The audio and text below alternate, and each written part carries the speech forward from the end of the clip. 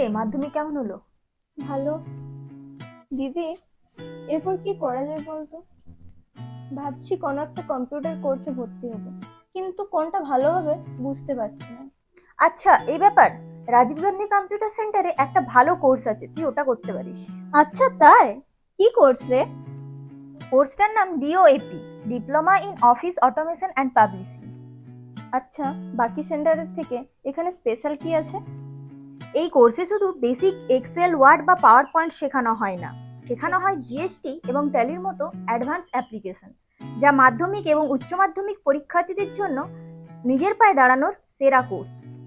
এছাড়াও রাজীব গান্ধী কম্পিউটার সেন্টারে এই 1 বছরের কোর্সে চলছে 50% পর্যন্ত ডিসকাউন্ট। এদের দেওয়া সার্টিফিকেট সারা ভারতবর্ষে প্রযোজ্য। আচ্ছা তাই? তাহলে তো আজই যোগাযোগ করতে হয়।